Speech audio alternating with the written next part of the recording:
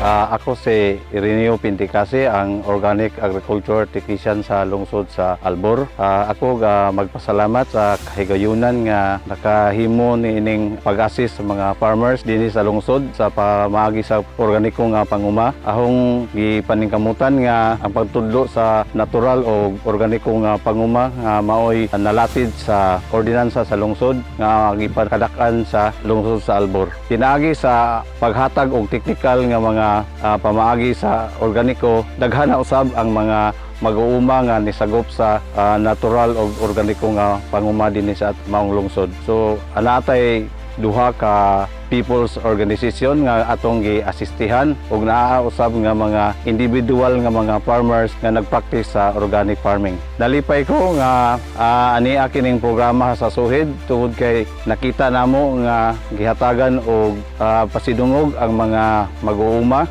Nagpasalamat usab ako sa mga mag-uuma nga nagpractice og organikong pagpanguma dinhi sa lungsod sa Albor nga sa ilahang pagkugi nga nakaabot na ang ilahang produkto dito sa merkado ug sa ilabi na dinhi sa mga silinganan tungod kay dako magud og gikahatag ang organikong pagpanguma sa food security sa ato ang lungsod ug sa ato ang probinsya.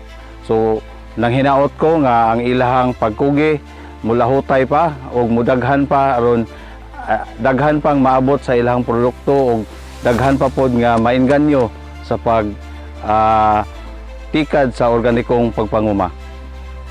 Mapasalamaton usab kita sa provincial government pinaagi sa ato ang Governor Aris Amintado ug sa buhatan sa Office of the Provincial Agriculturist pinaagi ni Ma'am Lisa Kirog ug sa ihang mga ginsakupan ilabi na sa organic section tungod kay taas ang ilahang pagsalig ug paghatag og suporta aron magbalungtaron ang organikong pagpanguma dinhi sa ato ang probinsya sa Bohol. Usab sa laing mga ahensya sa gobyerno nga timbayayong ug sa among lungsod sa LGU sa Albor pinaagi sa Municipal Agriculture Office ug ilabi na gyud sa mga mag-uuma nga malasigon nga nagpalambo sa organikong pagpanguma. Daghang salamat.